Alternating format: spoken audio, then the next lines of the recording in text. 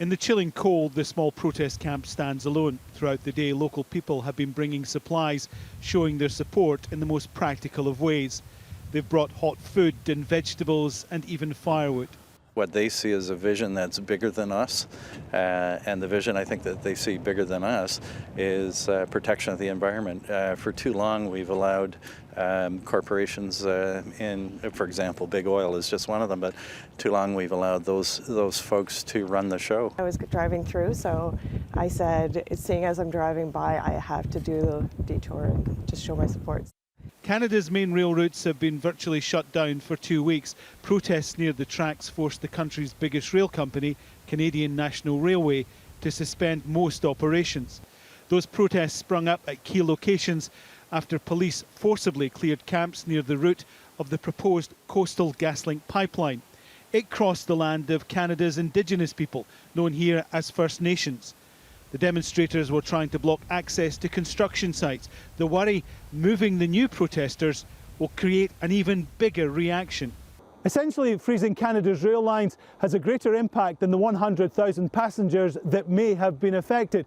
Food isn't getting to distribution centres. That may lead to shortages. Exporters like farmers can't get their goods to port. And there's a shortage of gas getting to consumers, with weeks of winter still to go. In the country's capital, Ottawa, the First Nations leaders say they're willing to discuss an end to the protest, but years of being ignored has to be addressed. When governments ignore First Nations rights, title, jurisdiction, it creates conflict and court cases.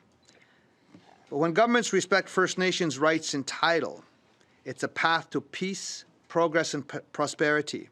Prime Minister Justin Trudeau is trying to find a solution. He insists he's no power to direct police operations, but says talks are the way forward.